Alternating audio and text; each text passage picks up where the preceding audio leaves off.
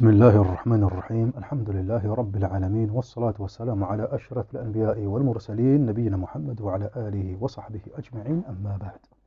Donc nous poursuivons notre lecture des hadiths de Umdat al-Ahkam. Nous sommes arrivés au hadith numéro 3. Nous sommes toujours dans la lecture, dans le livre de la purification, Kitab al-Tahara. Nous avons un nouveau hadith ici.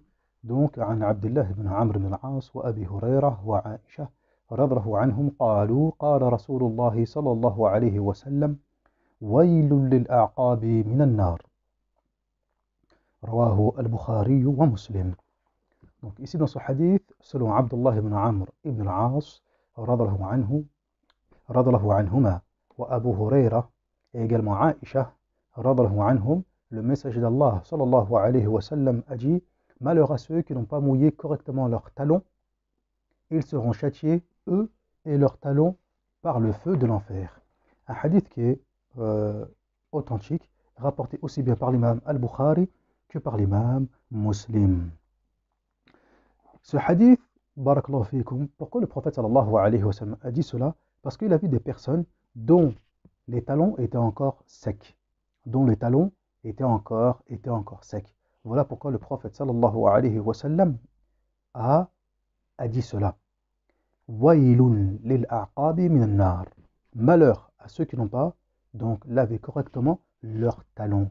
Et il a utilisé un terme qui wail, le terme wail, qui signifie le malheur, qui signifie la tristesse, qui signifie le châtiment, al-adhab. Certains ont dit que al-wail, c'est une vallée dans l'enfer.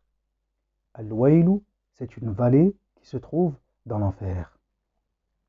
De là, les fuqaha استدل به على أن العقب في الرجل محل للتطهير بالغسل. De là, les fuqaha, ils ont déduit quoi donc? Ils ont déduit que le talon aussi, également, il doit être lavé, comme l'ensemble du pied. En raison du fait que celui qui ne le fait pas, il s'expose à un châtiment douloureux.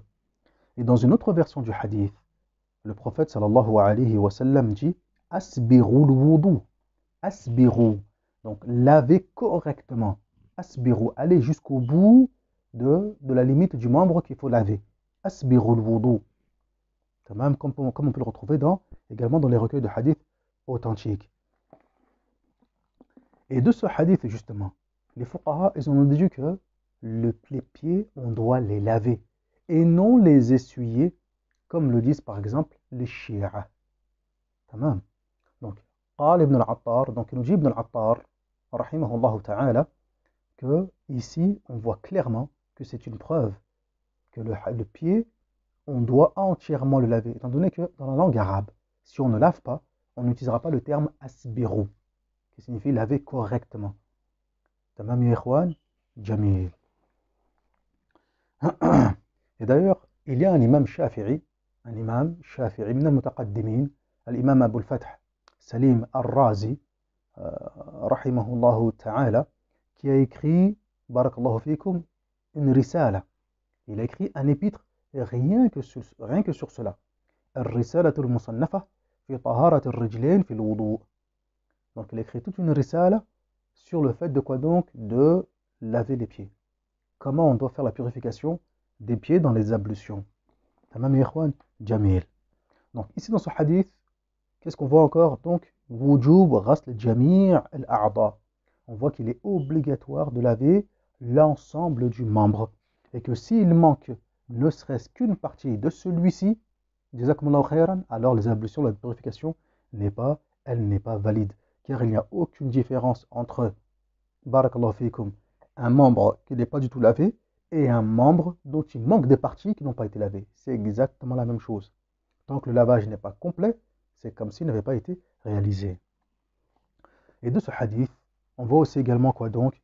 L'obligation, wujub ta'lim al-jahilin.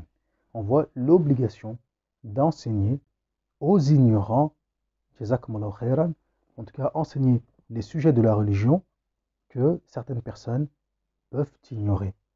Donc on leur enseigne comment faire. Et on voit aussi donc le fait d'ordonner le convenable et d'interdire le blâmable. Alhamdulillah Rabbil Alamin.